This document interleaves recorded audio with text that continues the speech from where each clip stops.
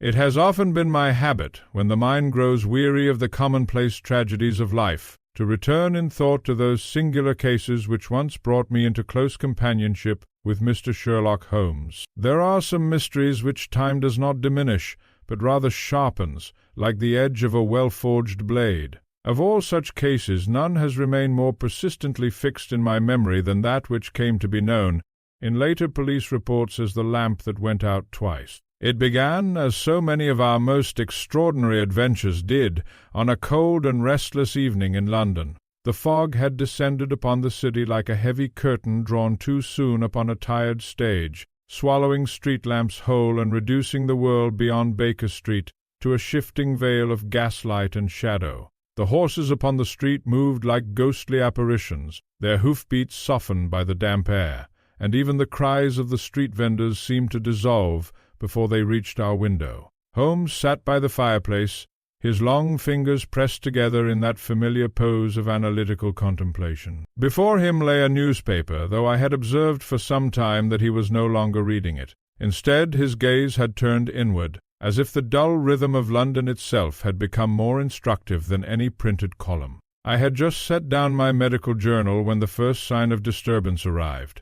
Not the casual steps of a passing gentleman, nor the hurried stride of a messenger boy. These were different, measured yet irregular, as though the man walking had forgotten in moments how to walk with certainty. The sound stopped briefly at our door, hesitated, and then came a sharp, decisive knock. Holmes did not move. "An anxious client," he said quietly, without turning his head. "You have not even seen him," I replied. "Experience, my dear Watson. Experience is a far more reliable indicator than sight in such matters." Before I could respond, Mrs. Hudson's footsteps hurried along the corridor, and the door opened. A moment later she announced a visitor whose voice she described as quite shaken. "Dr. Watson, positively trembling he is." The man who entered was not what I had expected. He was of middle age, neatly dressed in a dark wool coat that had seen better days, and carried the unmistakable posture of someone accustomed to responsibility, but recently relieved of certainty. His hat was clutched tightly in his hands, and his eyes darted about the room as though even the walls might betray him. "Mr. Holmes?" he asked. Holmes inclined his head slightly. The man exhaled sharply, as though that confirmation had cost him something. "Thank God. I was told you might be unusual. I did not expect to find calm." Holmes gestured toward the chair opposite him. "Calm is not absence of disturbance, Mr. Ellis. Harold Ellis, clerk at the Royal Maritime Records Office." He sat, though not comfortably. His knees remained tense, and his fingers never ceased their nervous movement against his hat-brim. Holmes studied him for a moment, not in the casual manner of social observation, but with that unnerving precision I had come to recognize as the prelude to deduction. "You have not come from your home," Holmes said at last. Ellis blinked. "No. I came directly from Whitehall district." "But you were not at Whitehall long," Holmes continued. "Your cuffs are damp only on the underside, suggesting recent contact with fog-laden stone rather than sustained exposure. You walked quickly from a carriage, not slowly through streets." Ellis stared at him. Holmes leaned back slightly. "And you are not here because of theft, blackmail, or injury. You are here because something you believe to be impossible has occurred." A silence followed. The fire cracked softly between us. At last Ellis spoke, his voice lower now. "Something impossible, yes? That is exactly what it is." He leaned forward, and for the first time I noticed the faint tremor in his breath. "It began 3 nights ago," he said, "at the Westhaven Dock Archive. I was working late sorting lighthouse correspondence. Routine matters, nothing unusual. The building is quiet at night, only one gas lamp is kept burning in the main reading hall." Holmes' eyes narrowed slightly. "A single lamp," he repeated. "Yes." "It hangs from the central beam. It is old, brass-fitted, the sort that burns with a steady hiss. I remember it clearly because I was the last one in the building that night." He paused, swallowing. "At precisely 11 minutes past 10 the lamp went out. I glanced instinctively at Holmes, but he remained motionless. There was no draught," Ellis continued quickly. "No failure in the gas line. I checked it myself later. But at that moment the entire hall fell into darkness. I lit a match and made my way out. I assumed it was a simple fault." Holmes interjected softly, "And yet you are here."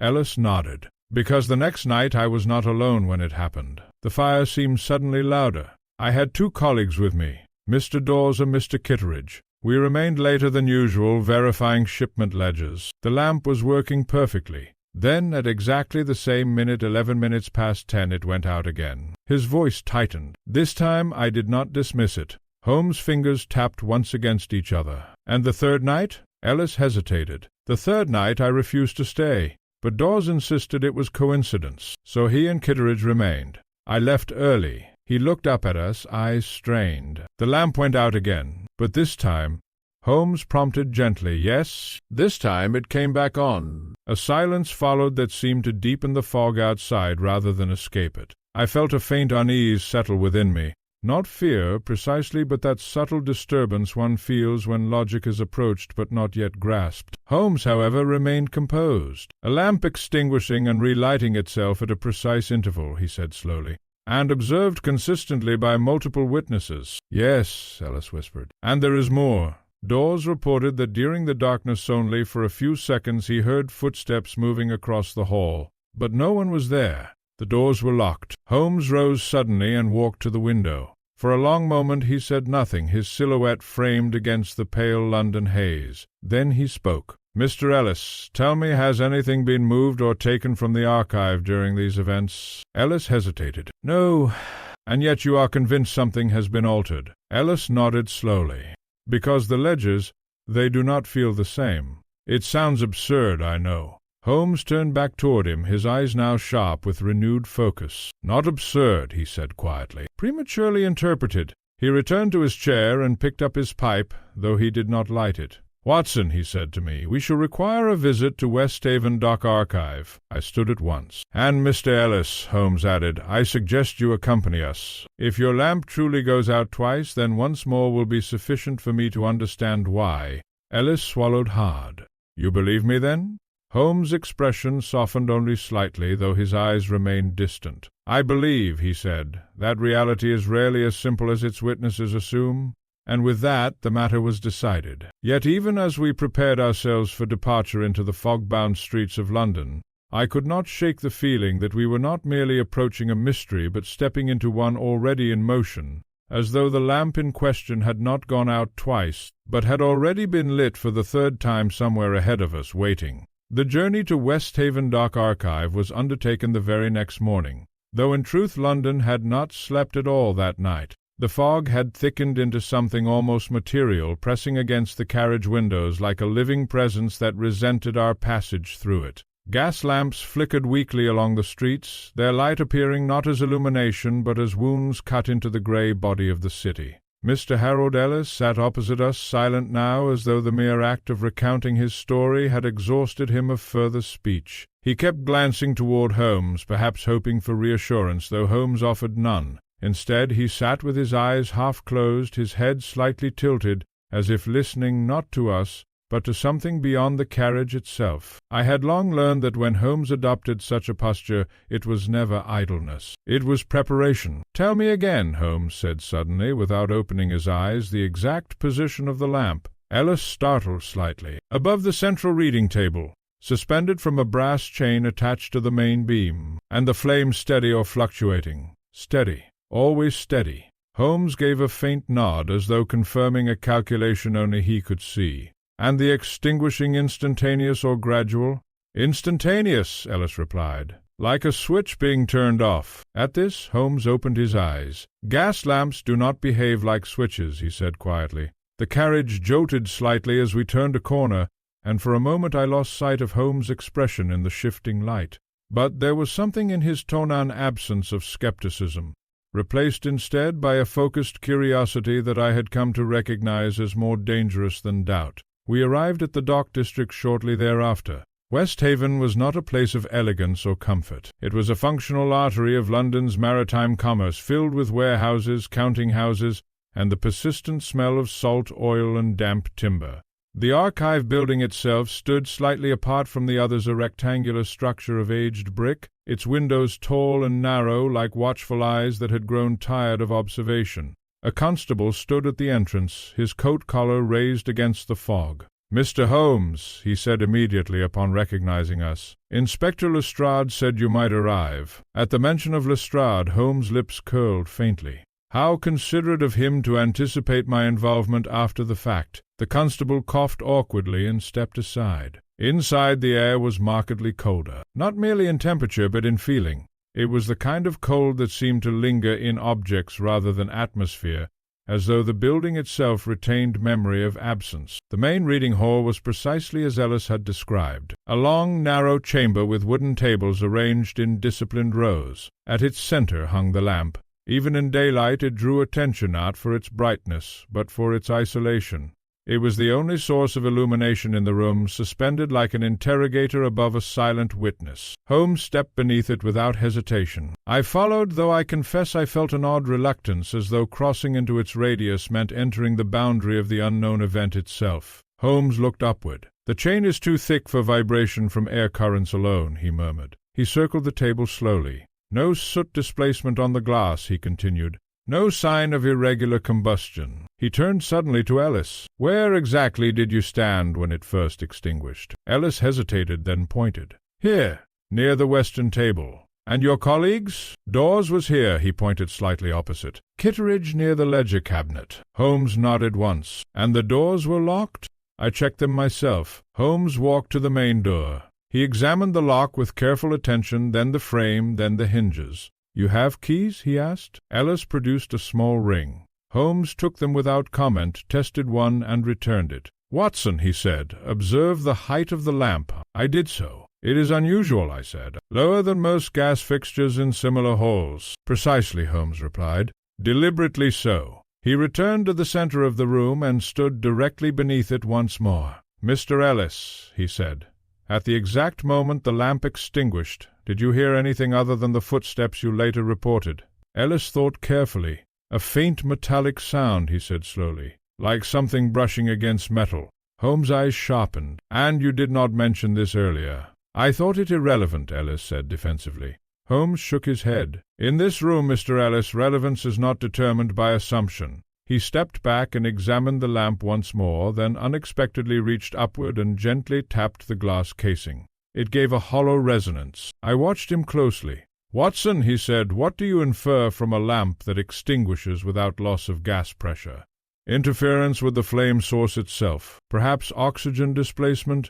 Or, Holmes said softly, deliberate interruption. At that moment the constable at the door cleared his throat. "Mr. Holmes," he said, "Inspector Lestrade has arrived." A moment later Lestrade entered with his usual brisk impatience, though even he seemed subdued by the atmosphere of the place. "Holmes," he said curtly, "I hear you've been summoned for a lamp." Holmes did not look at him immediately.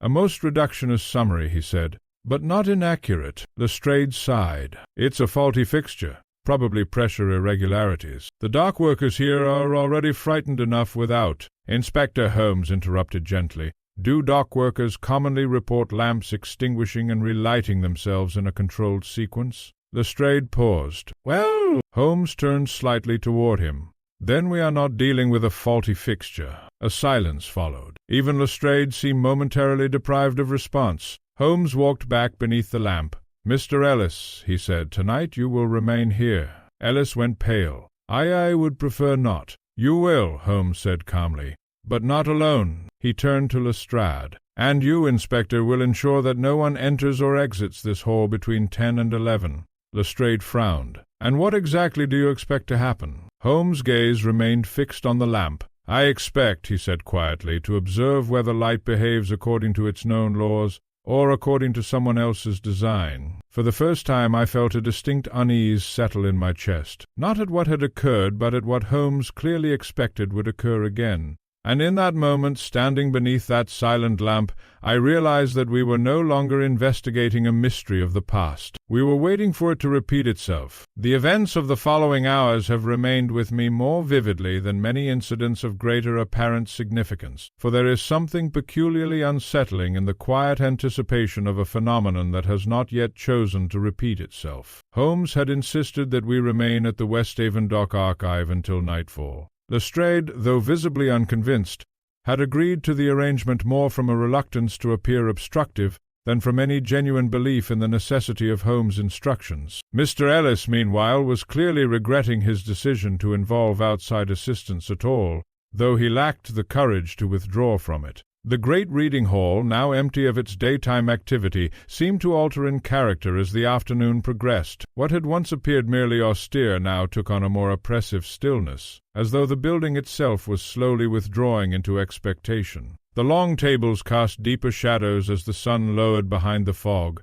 and the central lamp still unlit hung above us like a suspended question. Holmes moved through the room with quiet precision, his attention fixed not upon people, but upon space itself. He measured distances with his eyes, paused at irregular intervals, and occasionally knelt to inspect the floorboards. At one point Lestrade, unable to contain his impatience, spoke. "Holmes, I hope you do not intend to spend the entire day examining dust. If there is a culprit, I would prefer to have him identified before he grows old and retires." Holmes did not look up. "Inspector," he said calmly, "dust is often more truthful than witnesses." Lestrade sighed heavily and withdrew to a nearby table, where he began to leaf through a ledger with exaggerated disinterest. Mr. Ellis remained near the entrance, as though unconsciously positioning himself as far from the lamp as possible. I observed him closely, for his reactions were now as much a part of the investigation as any physical evidence. There was fear in him, certainly, but also something else. A hesitation, perhaps, or the unease of a man who senses that his understanding of a situation is incomplete in a manner he cannot yet define. I approached Holmes while he stood beneath the lamp once more. "You seem convinced that this is not a mechanical fault," I said. Holmes smiled faintly. "My dear Watson, I am convinced of nothing yet. I am merely eliminating the impossible. And what remains? Exactly what the culprit wishes us to overlook." He reached into his coat and produced a small notebook. In it I noticed a series of rapid notes and crude diagrams of the lamp mechanism. "Observe," he said, pointing upward. "The gas line enters from the eastern wall, regulated by a standard valve. There is no irregularity in supply. The flame itself is stable under normal conditions." He paused. "Yet stability is only meaningful when conditions remain constant." I followed his gaze upward. "You believe someone is interfering with the flame directly?" "I believe," Holmes replied, "that someone has found a method of interacting with the lamp that does not require proximity at the moment of extinguishing." This statement, though vague, unsettled me more than I cared to admit. Before I could press him further, a clock in the corridor struck 6. The sound echoed through the hall with an unnatural clarity, as though the building itself had become a resonating chamber for time. Holmes straightened. 6 hours, he said quietly. Lestrade looked up. "Until what?" Holmes did not answer immediately. Instead, he walked to the main door and checked the lock once more. "Until the moment repeats itself," he said at last. A chill seemed to pass through the room, though I could not determine whether it was psychological or physical. The remainder of the afternoon passed in uneasy stillness. Lestrade attempted, unsuccessfully, to engage Holmes in practical discussion, but Holmes remained largely silent, absorbed in observation. Ellis sat at intervals, standing occasionally, then sitting again, as though his body could not decide upon a position of safety. As dusk approached, Holmes made a final inspection of the room. He instructed Lestrade to position himself near the western table, Ellis to remain near the entrance, and myself to stand midway between both points, within clear sight of the lamp. When I questioned this arrangement, Holmes replied simply, "If the phenomenon occurs again, I wish it to be observed from multiple perspectives." "And you?" I asked. Holmes smiled faintly. "I shall remain where the truth is most likely to reveal itself." He positioned himself directly beneath the lamp. Night descended upon the archive with slow inevitability. The fog outside thickened, pressing against the windows until the glass appeared almost opaque. The gas lamps along the street blurred into indistinct halos, and even sound seemed diminished, as though London itself had withdrawn into muted expectation. Inside the hall we waited. Minutes passed, then an hour. Lestrade shifted impatiently. Ellis wiped his brow repeatedly. I found myself increasingly aware of the silence not as absence of sound, but as presence of restraint. Holmes did not move. At precisely 10 o'clock he spoke without turning. "Watson," he said, "do you notice anything unusual about the lamp at this moment?" I studied it carefully. "It appears unchanged." "Precisely," Holmes replied. "And yet we expect it to change." There was a faint emphasis in his tone that I did not fully understand. At 10:45 Ellis rose abruptly. "I cannot remain here," he said suddenly. "This is foolishness. There is nothing to observe." Lestrade frowned. "Sit down, man." But Holmes raised a hand slightly. "Let him go," he said.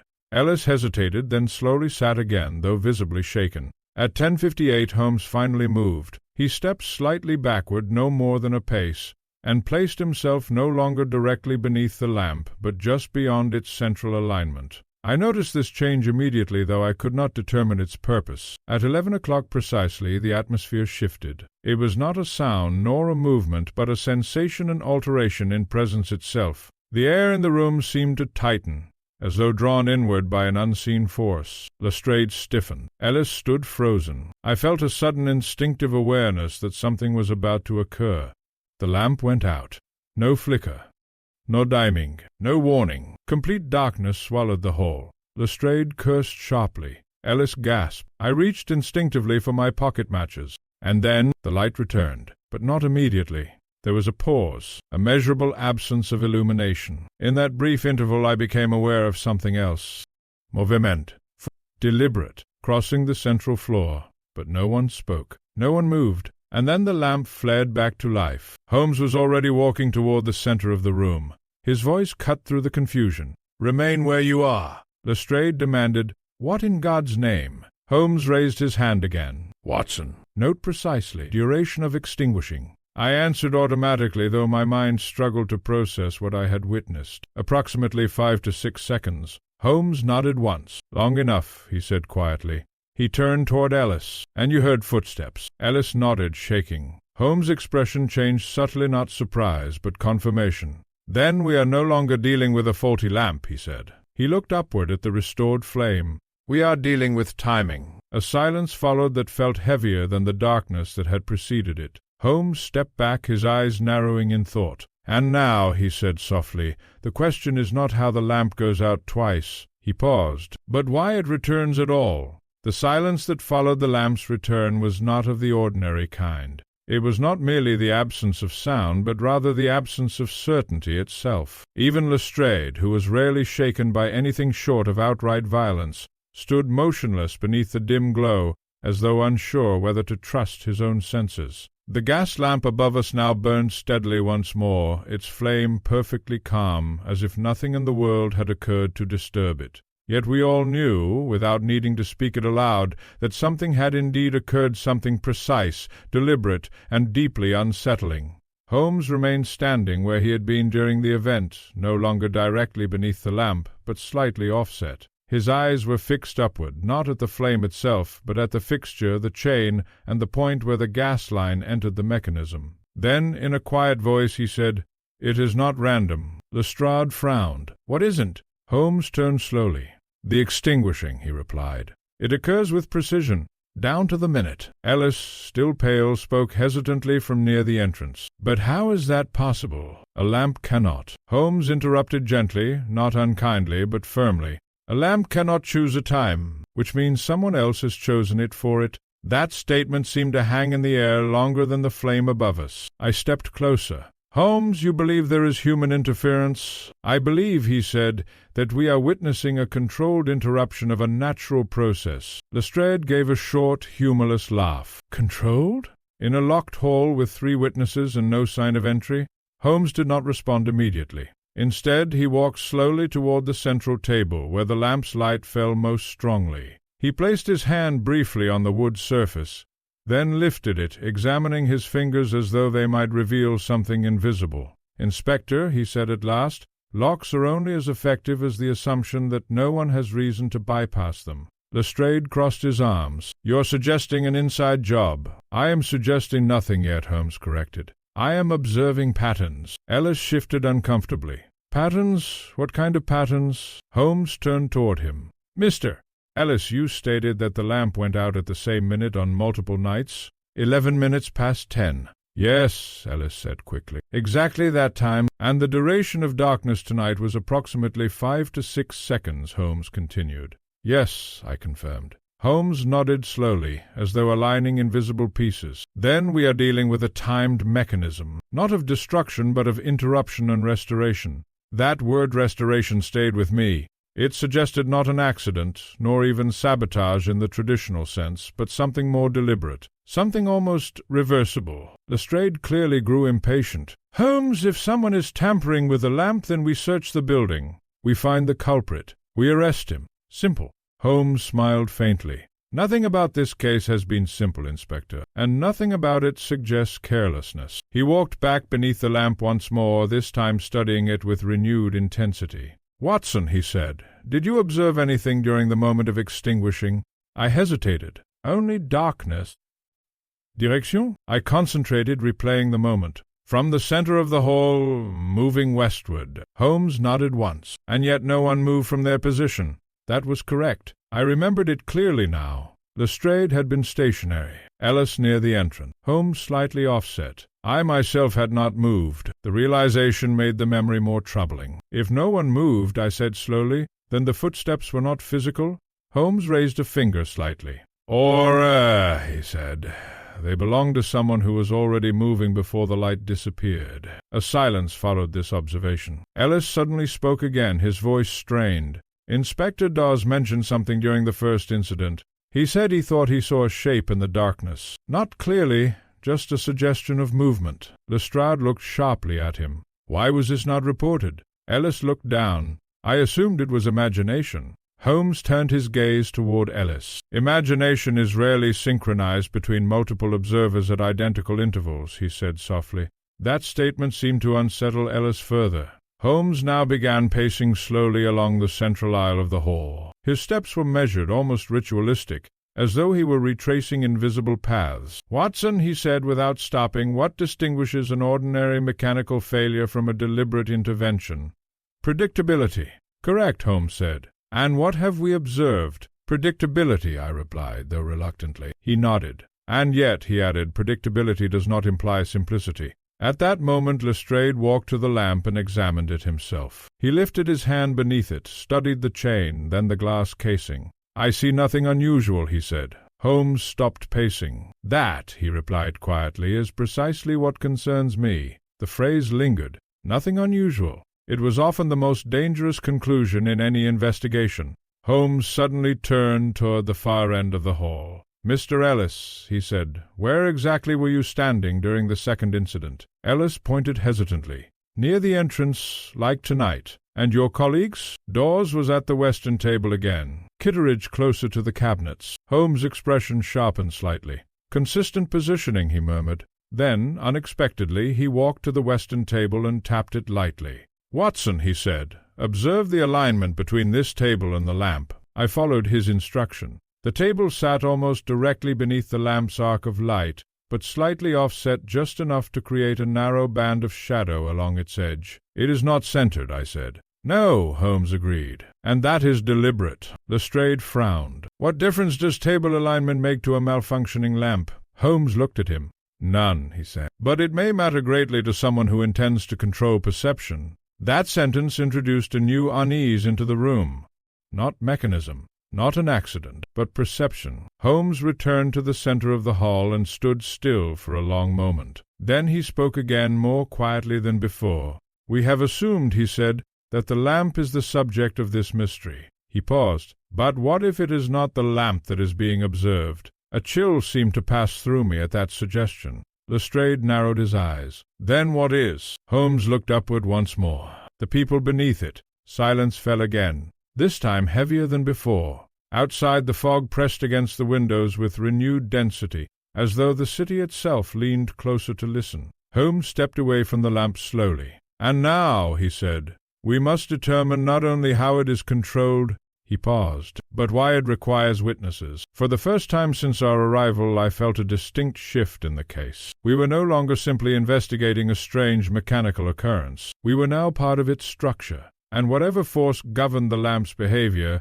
had already accounted for us. Morning arrived in London with no true sense of relief. The fog had not lifted, it had merely shifted, as though the city had exhaled during the night only to inhale the same damp breath once more. Westhaven Dock Archives stood unchanged, its brick facade heavy with moisture, its windows reflecting a dull, uncertain light. Yet within its walls something had changed. We returned early, Holmes insisting upon it without explanation. Lestrade arrived shortly after us, clearly dissatisfied with the lack of a conventional conclusion. Mr. Ellis followed last, his steps hesitant, as though each stair leading into the building required negotiation with his own nerves. The reading hall was empty when we entered. The lamp, now unlit, hung in perfect stillness above the central table. In daylight it appeared far less threatening, yet paradoxically more suspicious, like a witness refusing to speak unless questioned in darkness. Holmes did not sit. He did not even remove his coat. Instead, he moved directly toward the center of the hall and stood beneath the lamp for a long moment, gazing upward. Then he said quietly, "Something has been altered." Lestrade sighed. "Holmes, nothing has changed since yesterday. The lamp is intact. The room is intact. Even your mystery remains intact." Holmes did not respond immediately. Instead, he began to walk slowly around the central table again, his eyes scanning the floorboards with renewed intensity. "Watson," he said at last, "yesterday we assumed the phenomenon occurred in isolation." "Yes," I replied. "That assumption," he continued, "is incorrect." He stopped near the western side of the hall. "Mr. Ellis," Holmes said, "when was the last maintenance performed on this lamp?" Ellis hesitated. "Approximately 6 months ago.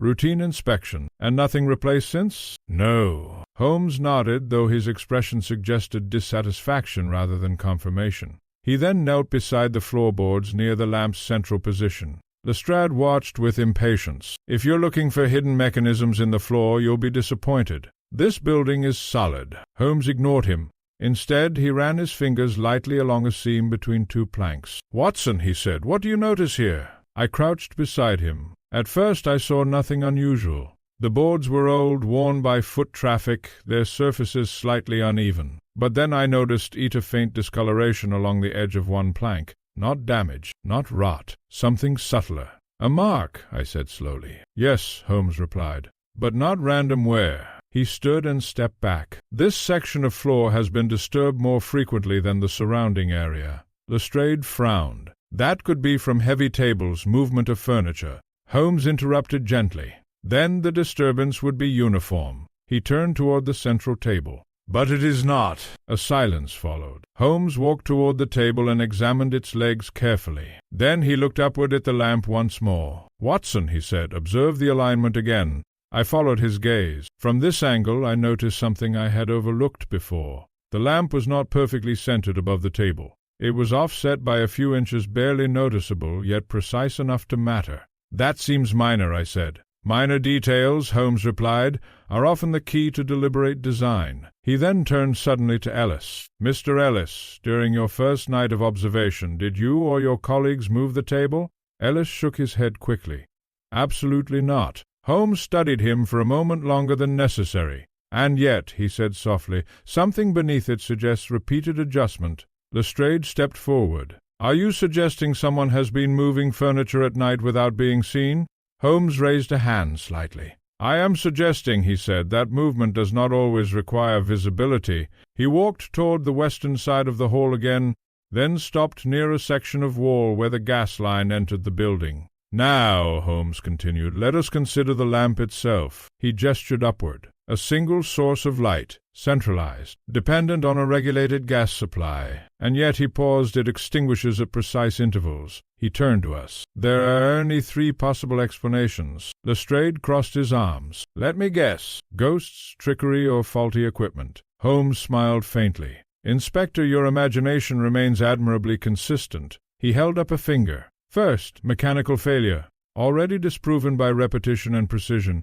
A second finger. Second, external interference with the gas supply. But this building has a sealed, continuous line. No interruption has been detected. A third finger." He paused deliberately. "Interference at the point of ignition." The room grew still. Ellis spoke nervously. "But how could someone reach the flame without being seen?" Holmes looked at him. "That," he said, "is precisely the question that must be answered." He then walked slowly back beneath the lamp. "And yet," Holmes continued, "there is something we have overlooked." Lestrade frowned. "What now?" Holmes pointed upward. "The restoration." We all looked at him. "You said it yourself, Watson," Holmes said. "The lamp does not simply extinguish. It returns." "Yes," I confirmed. Holmes nodded. "That is the most important detail in the entire case." A pause followed. "Because destruction is simple," he said quietly, "but restoration implies control." At that moment he turned sharply toward Ellis. "Mr. Ellis," Holmes said, "on the third night when the lamp returned, did anything else occur immediately afterward?" Ellis hesitated. "Yes," he said slowly. "Kitteridge mentioned that one of the ledges had been opened differently than before." Holmes' eyes sharpened. "Differently?"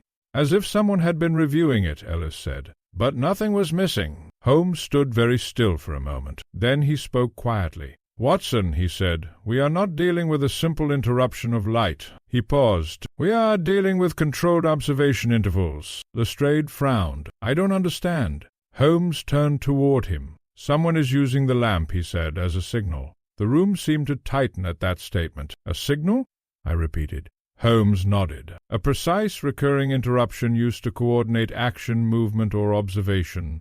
He looked up at the lamp again, and the fact that it restores itself suggests the signal is not meant to destroy but to indicate completion. A silence followed that felt deeper than any fog outside. Holmes stepped back slowly. "And now," he said quietly, "we must determine what action is being coordinated beneath our very observation." The knight returned to West Haven Dock Archive with a sense of unease that no daylight had managed to erase. If anything, the hours of sun had only deepened the mystery, as though the building had been quietly preparing itself for what it already knew would happen again. Holmes insisted we remain once more. Lestrade protested this decision openly. "We are not night watchmen," he said irritably as we entered the hall. "We are investigators. There is a difference." Holmes, removing his coat with calm deliberation, replied, "Tonight, Inspector, the difference may cease to matter." Mr. Ellis appeared even more strained than before. His movements lacked coordination, as though the very act of entering the building demanded more effort than his body wished to give. He avoided looking directly at the lamp, which hung silent and unlit above us like an accusation waiting for a crime.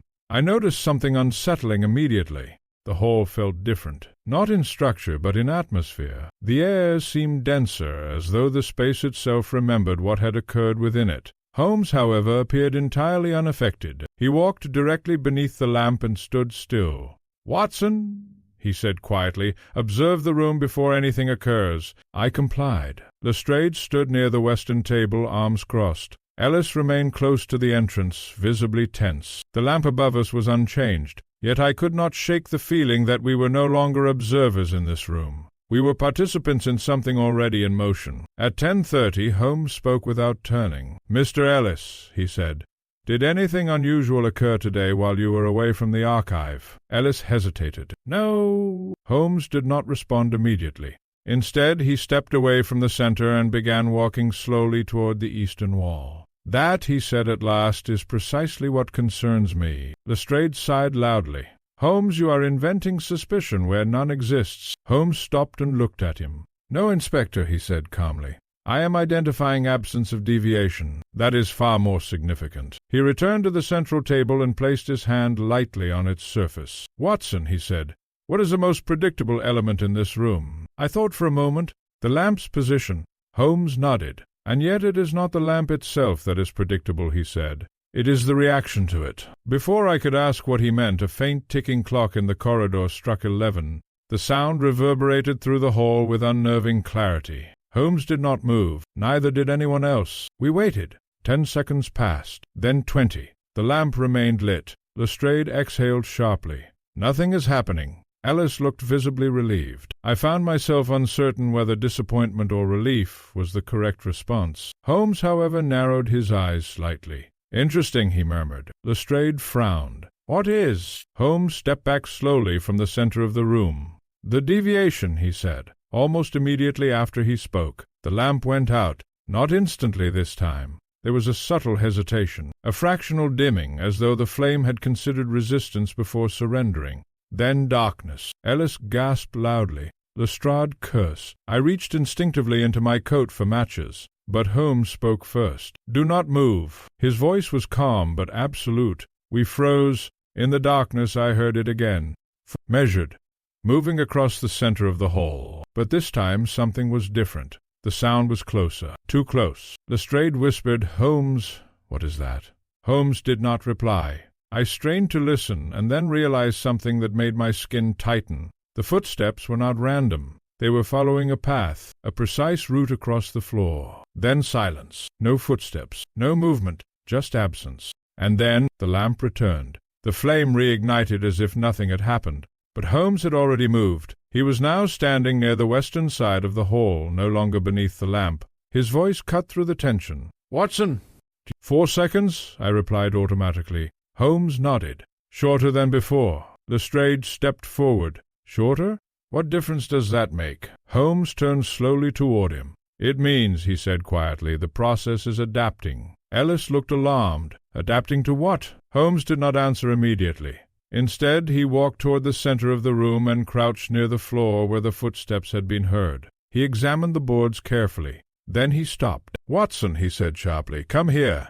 I obeyed at once. He pointed to a faint mark on the wooden surface. It was subtle, almost invisible, but there's scratches. Light, directional, not random wear. "Do you see it?" Holmes asked. "Yes," I said slowly. "It looks like—" repeated contact. Holmes nodded. "Not contact," he corrected. "Traversal." Lestrade frowned. "You are suggesting someone walked there?" Holmes stood slowly. "I am suggesting," he said, "that the same path is being used every time the lamp extinguishes." A silence followed. Ellis shook his head. "But that's impossible. There's no one in the room." Holmes turned toward him. "That," he said softly, "is the assumption we have been relying on." He then looked upward again at the lamp. "And it is incorrect." At that moment Holmes stepped back once more. "This is no longer a mystery of failure," he said. "It is a system." Lestrade looked confused. "A system for what?" Holmes' expression darkened slightly. "A system," he said, "for timing unseen activity." He paused. "And tonight we have observed something crucial."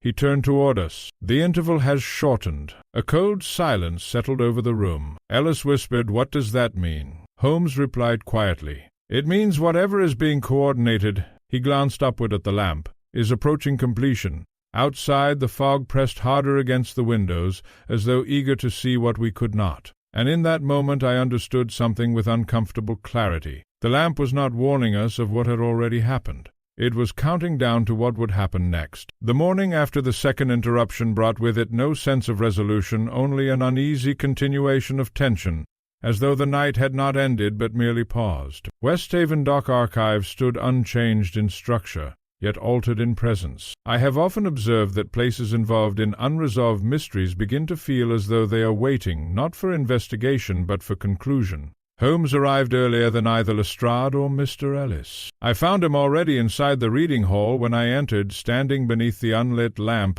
his gaze fixed upward as though reading something written only in silence. He did not greet me at once. Instead, he spoke without turning. "Watson," he said, "do you know what is more dangerous than a hidden mechanism?"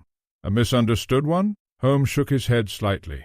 "A mechanism that successfully convinces you it does not exist." Before I could respond, Lestrade entered with hurried steps, followed by Ellis, who looked even more exhausted than before. The inspector carried a folded paper in his hand, which he waved slightly as he approached. "I have something," Lestrade announced. Holmes turned at last. "Evidence?" he asked calmly. Lestrade nodded. "A witness statement from a dock worker near the archive. Claims he saw a man entering the building at night 2 nights ago after we had left." Ellis immediately reacted. "That's impossible. The doors were locked." Lestrade unfolded the paper. "He claims to have seen a figure with a lantern carrying tools. Says the man entered through the rear access corridor." Holmes listened carefully, his expression unreadable. "And this witness," Holmes asked, "how reliable is he considered?" Lestrade hesitated. "He has no known issues, steady employment, no prior contradictions." Holmes nodded once. "I see."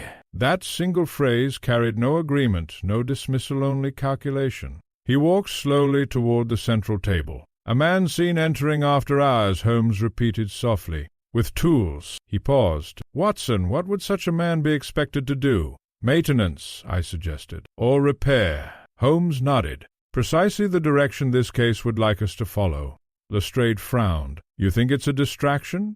"I think," Holmes replied calmly, "it is a carefully placed assumption." Ellis looked uneasy. "But if someone was inside the building, doesn't that explain the lamp?" Holmes turned toward him. "It explains nothing yet," he said. "It only replaces one unknown with another." He then gestured toward Lestrade's paper. "Inspector, may I see the statement?" Lestrade handed it over.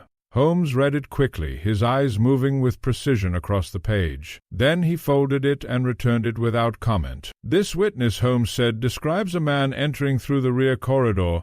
"Yes," Lestrade confirmed. Holmes nodded slowly. "And yet," he said, "no one has reported seeing a man leave." A silence followed. Lestrade frowned. "He may still be inside." Holmes smiled faintly. "Or," he said, "he was never inside at all." The tension in the room shifted subtly. Not away from the mystery, but deeper into it. Holmes began pacing again. "Watson," he said, "consider the structure of misdirection." I followed his movement. "You believe the witness is incorrect?" "I believe," Holmes replied, "that someone is attempting to anchor our attention to a physical intruder."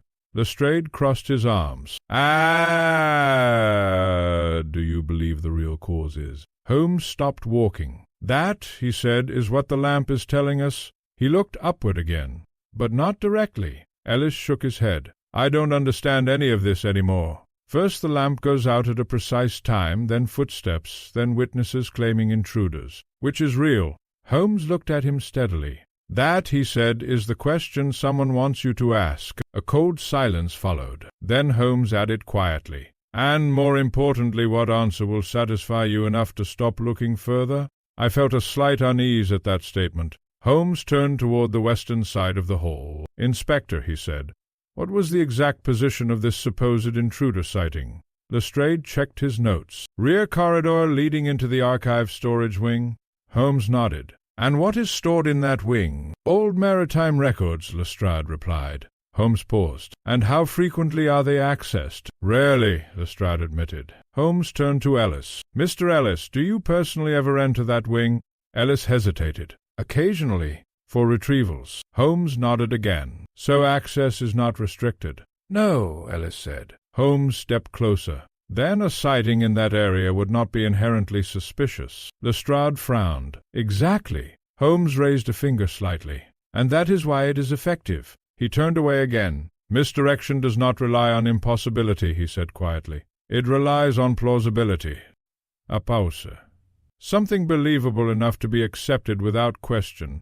Ellis shifted uneasily. "So you think the witness was lying?" Holmes shook his head. "Not necessarily." He stopped. "I think," he said carefully, "that he may have seen exactly what he described." Lestrade blinked. "Then why dismiss it?" Holmes turned sharply. "Because," he said, "it does not connect to the lamp." The room fell silent. Holmes walked back to the center. "We have allowed ourselves to be drawn toward a narrative of intrusion," he said. "A man entering. Of him, physical presence." He paused. "But the lamp does not require physical intrusion in the way we assume." He looked at us in turn. "And that is the trap." Lestrade looked frustrated. "Then what is it connected to?" Holmes' expression hardened slightly. "To timing," he said. He walked toward the lamp and stood beneath it again. "Every observation we have made," he continued, "has been anchored to its behavior." He turned. "And that is intentional." Ellis whispered, "Intentional by whom?" Holmes did not answer immediately. Instead, he looked at the floor beneath the lamp. Then he said quietly, "Someone who understands that attention is easier to control than mechanism." A long silence followed. Lestrade exhaled sharply. "So now we have an invisible manipulator controlling attention, a lamp that behaves like a signal, and witnesses who may or may not be reliable." Holmes nodded. "Yes," he said simply. Lestrade shook his head. "This is becoming absurd." Holmes looked at him calmly. "No, Inspector," he said.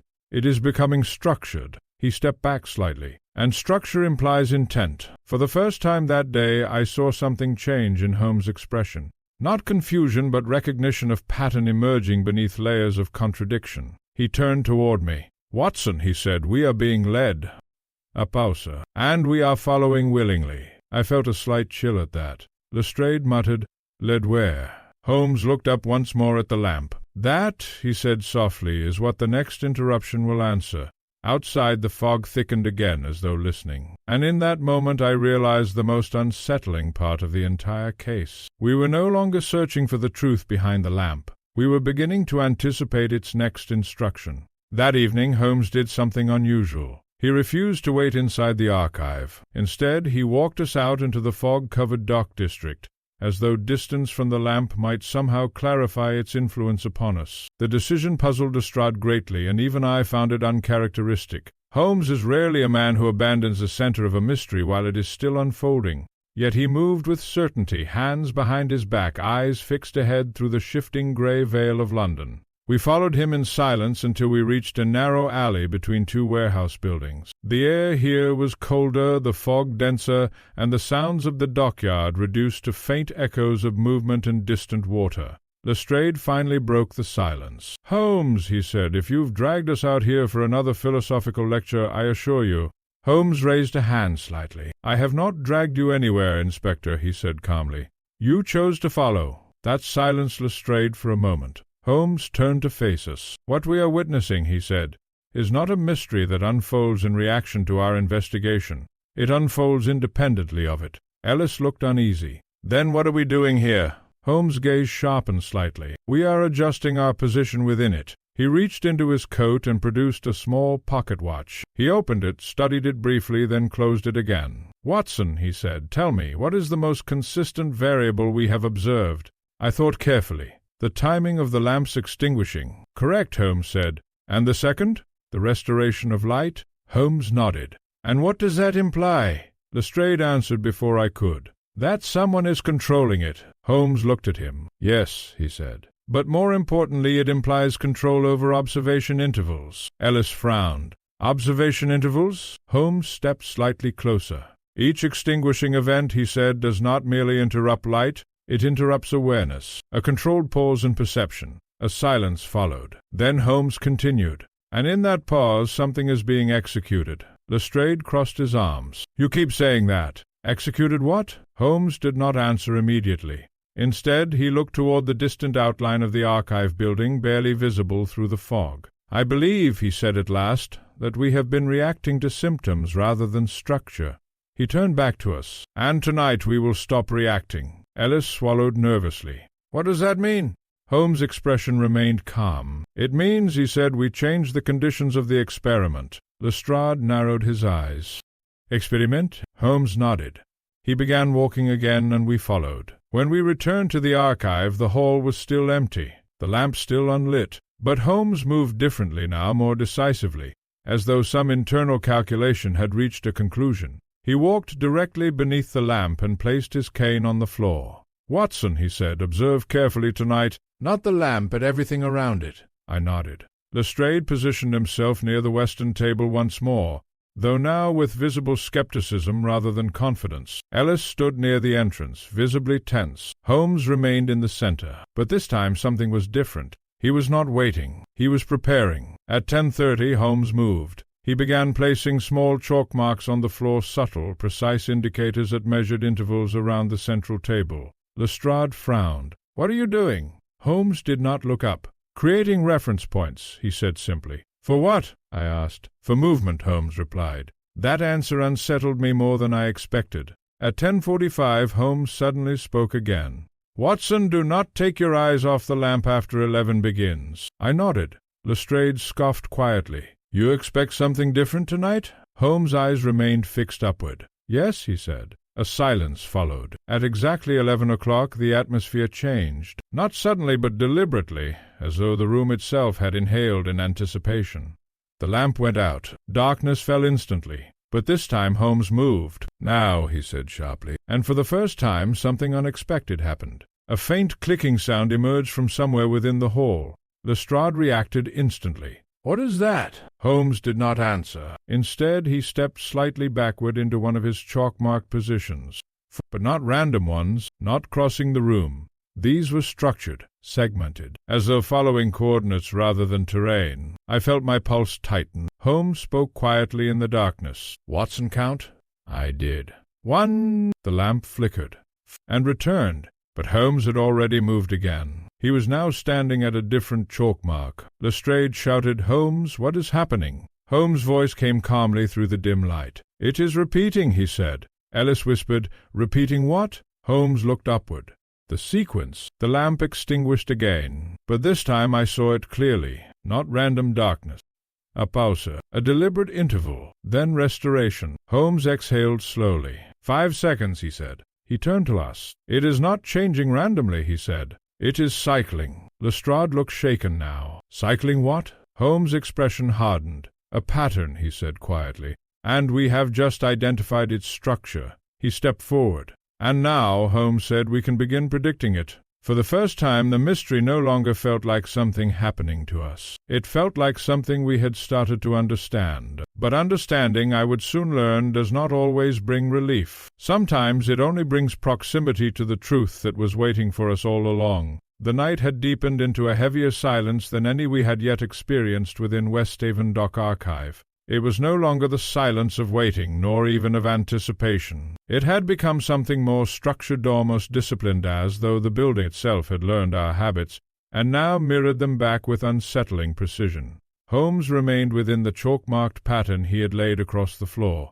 The faint white lines, barely visible in the dim gaslight, now resembled a crude diagram of intent. Lestrade stood rigid near the western table, no longer speaking, his earlier skepticism replaced by a guarded attention. Mr. Ellis, however, appeared on the verge of collapse, his eyes constantly shifting between the lamp and Holmes, as though unsure which of them posed the greater threat. I myself felt something I had rarely encountered in Holmes' cases before, not confusion, but alignment with his reasoning. The pattern he spoke of was no longer theoretical. It had revealed itself through repetition. Holmes broke the silence. "Watson," he said quietly, "what is the most important feature of a repeating system?"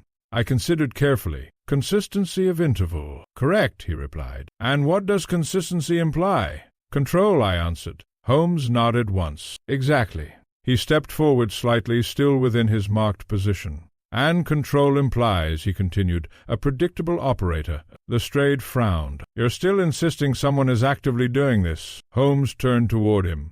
"I am not insisting," he said calmly. "I am observing what the system itself confirms." At that moment the clock in the corridor struck 11. The sound echoed differently tonight, sharper, almost synchronized with the room itself. Holmes raised a hand slightly. "Now," he said. The lamp went out. Instantly. But this time there was no hesitation, no flicker, no uncertainty. Just execution.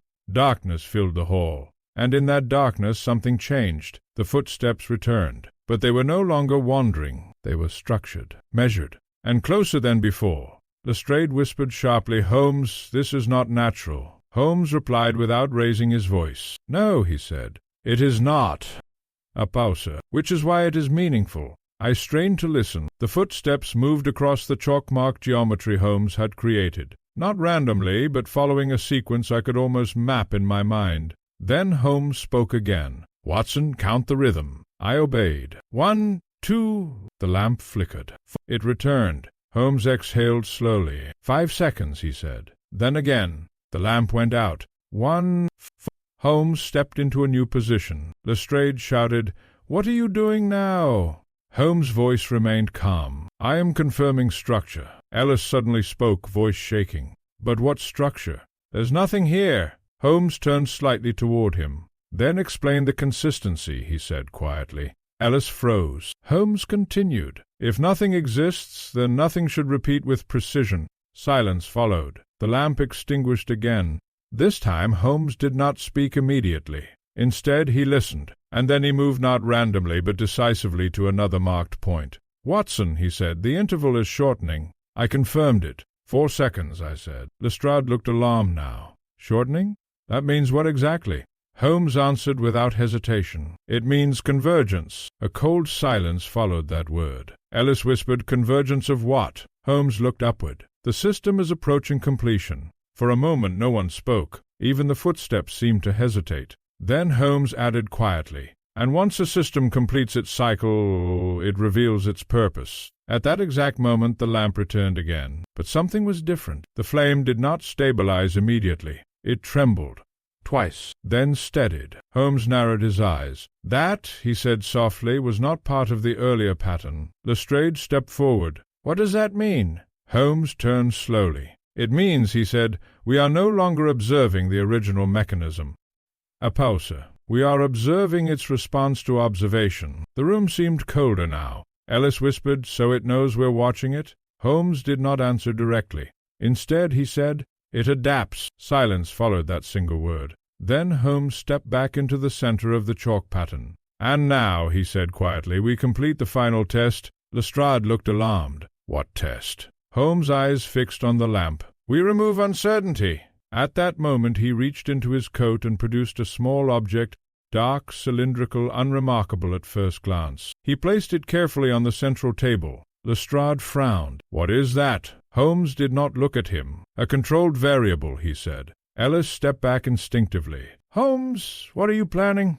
Holmes finally turned toward us. "I am forcing the system," he said calmly, "to reveal its operator." A heavy silence followed. The lamp flickered once more, and this time it did not follow the expected interval. It changed. The moment the lamp's behavior changed, the atmosphere in West Haven Dock Archive shifted in a way that cannot be easily described without sounding fanciful. Yet I must record it exactly as I experienced it. It was not fear that entered the room. It was recognition, as though something previously hidden had finally acknowledged that it had been seen. The lamp, which until now had followed a strict rhythm of extinguishing and restoration, now flickered unevenly. The pattern Holmes had identified, precise, mechanical, almost mathematical, had fractured. Holmes did not move. He stood perfectly still in the center of his chalk-marked positions, watching the lamp with the calm attention of a man who has finally confirmed a hypothesis he did not fully wish to be correct. Lestrade, however, broke the silence first. "This is nonsense," he said sharply.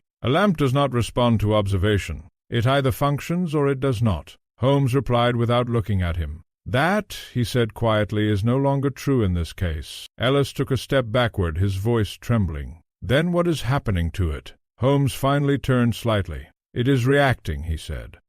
A pause.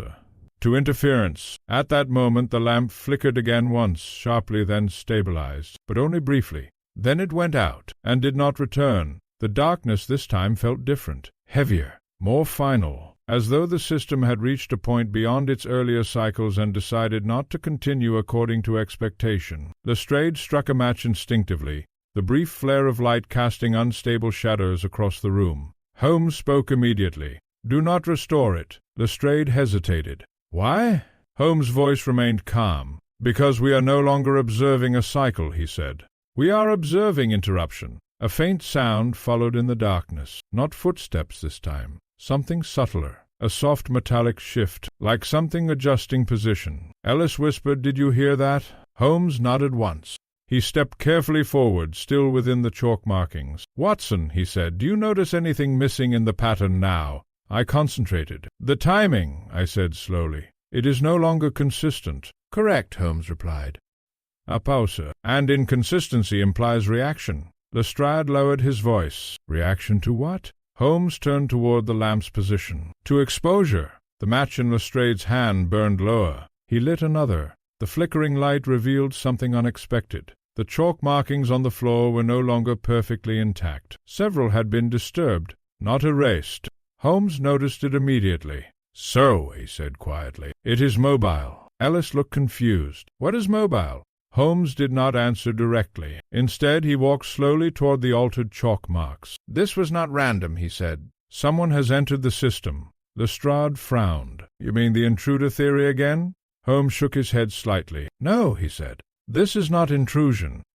A pause. "This is correction." The word carried a different weight than anything said earlier in the case, as though something had been adjusting itself in response to error. Holmes crouched and examined the altered markings closely. Then he spoke softly. "Watson, the movement path has changed." I stepped closer, and I saw it too.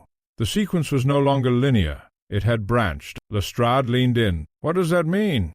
Holmes stood slowly. "It means," he said, "we were not observing a single process." He paused. "We were observing multiple synchronized actions." A silence followed. Ellis shook his head. "That's impossible. No one could coordinate something like this inside a locked building." Holmes turned toward him. "Then explain the adaptation," he said calmly. Ellis had no answer. The lamp's absence now felt more significant than its presence had ever been. Holmes walked back toward the center. "And now," he said quietly, "we reach the point of revelation." Lestrade frowned. "Revelation of what?" Holmes looked upward into the darkness where the lamp hung unseen. "The purpose," he said. A long pause followed. Then Holmes added, "Because every system that reacts to observation eventually reveals what it is protecting." At that moment a faint sound echoed again through the hall. Not footsteps, not movement, but something closer to a mechanical reset. And somewhere in the darkness, very faintly, the lamp reignited, but only halfway. A weak, unstable glow, as though something had decided the cycle was not yet complete, but could no longer maintain its original form. Holmes' expression sharpened. "Now," he said quietly, "we are close." And for the first time in this entire investigation, I believed him not because of logic, but because the system itself seemed to be agreeing. The weak, unstable glow that had returned to the lamp did not restore comfort to the hall. If anything, it deepened the unease, for it suggested not recovery, but hesitation, like a sentence spoken halfway and left unfinished. Holmes stood perfectly still beneath it, his face tilted upward, eyes narrowed in concentration. The chalk marks on the floor, now partially disturbed, gave the entire scene a fractured geometry, as though the room itself had been subjected to an experiment whose rules were still being rewritten. Lestrade was the first to speak, though his voice had lost much of its earlier authority. "This is absurd," he muttered. "A lamp that behaves like a signal, footsteps that come and go, chalk markings shifting. Holmes, you've taken us into speculation, not investigation." Holmes did not look at him. "No, Inspector," he said quietly. "We have moved beyond speculation.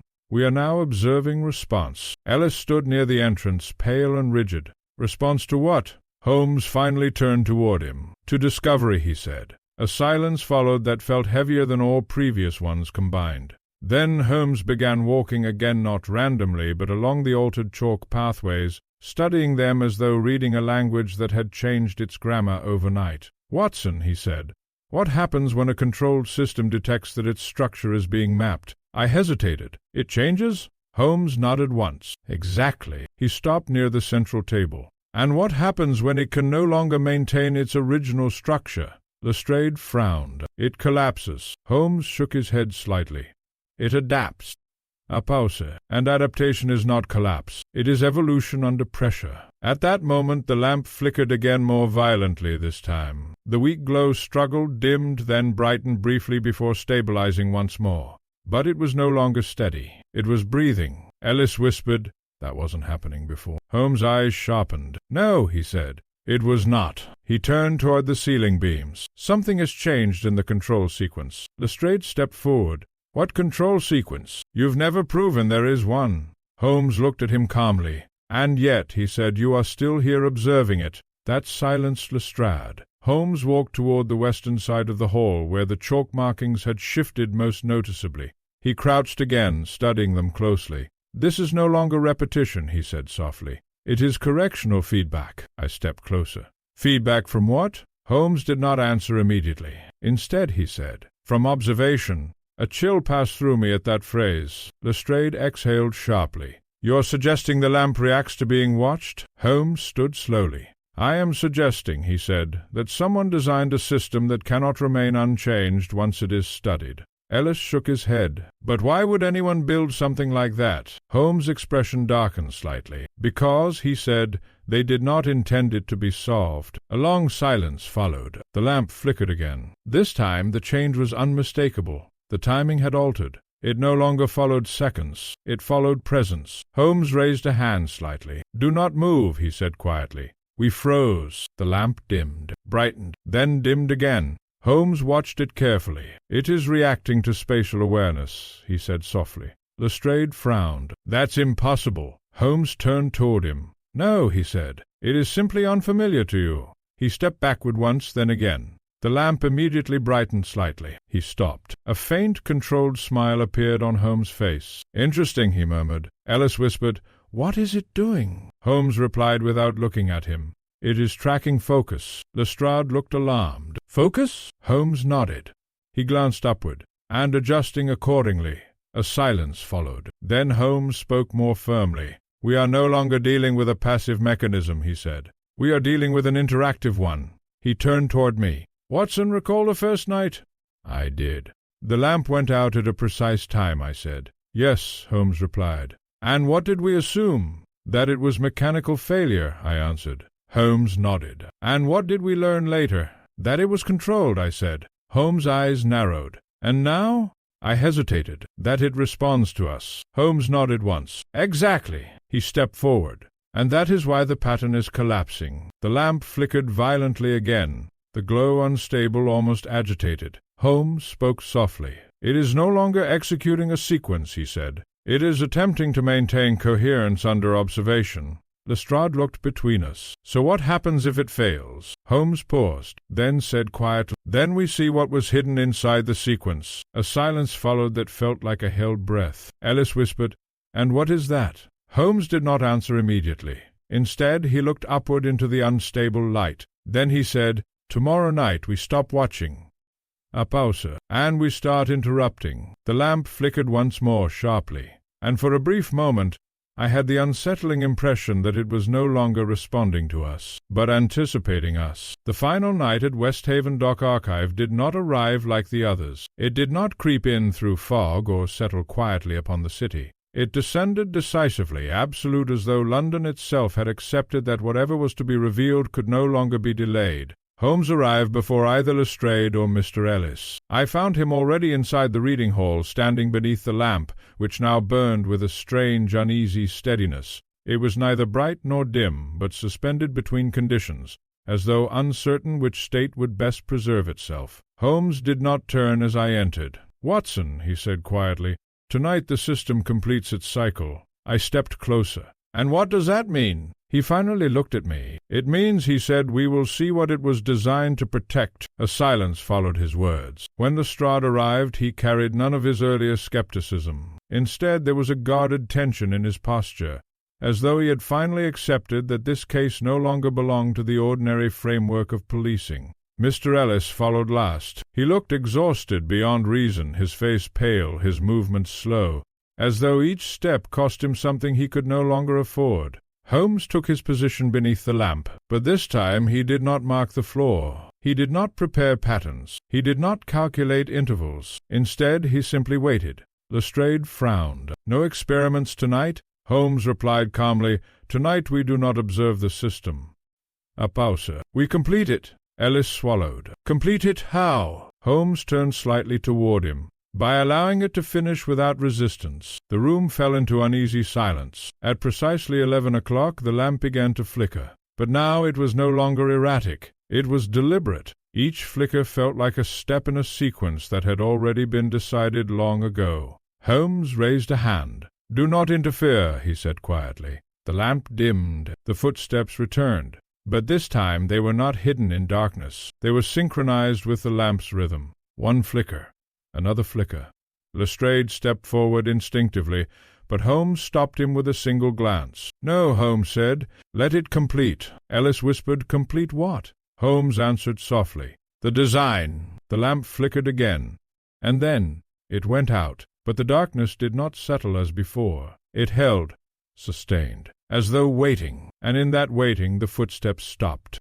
A pause. Then Holmes spoke. "Now." He moved suddenly, not toward the lamp, but toward the side wall where the gas line entered the building. Lestrade followed immediately. "Holmes, what are you doing?" Holmes knelt beside the wall. "I am interrupting the final condition," he said calmly. He reached into his coat and produced the small cylindrical object he had placed on the table the previous night. Ellis recoiled slightly. "What is that?" Holmes did not look up. "A disruptor," he said simply. Lestrade stared. "A what?" Holmes stood. "A device placed earlier to alter gas pressure timing in micro-intervals," he said. "Not enough to cause failure. Only enough to distort sequence stability." A silence followed. Lestrade whispered, You introduced that into the system?" Holmes nodded. He looked upward into the darkness where the lamp hung, to test whether it was reacting to structure or awareness. A pause. "And now we know." The lamp suddenly flickered back to life, but this time it was unstable, erratic, almost confused. Holmes stepped back. "Watson," he said quietly, "observe closely."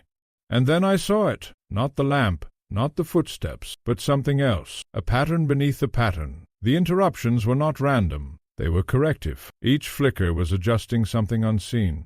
Holmes spoke softly. "It was never about the lamp." Lestrade frowned. "Then what was it about?" Holmes turned toward us. "Observation points," he said. Ellis whispered, "I don't understand." Holmes' voice remained calm. "The lamp was a marker," he said. "A timed signal embedded in a controlled environment. But not for machinery." He paused. "For behavior." A silence followed that felt deeper than anything before it. Holmes continued. Each extinguishing event created a predictable pause in attention. During that pause, actions occurred in precise coordination beneath human notice. Lestrade's eyes widened slightly. "You mean we were the variables?" Holmes nodded.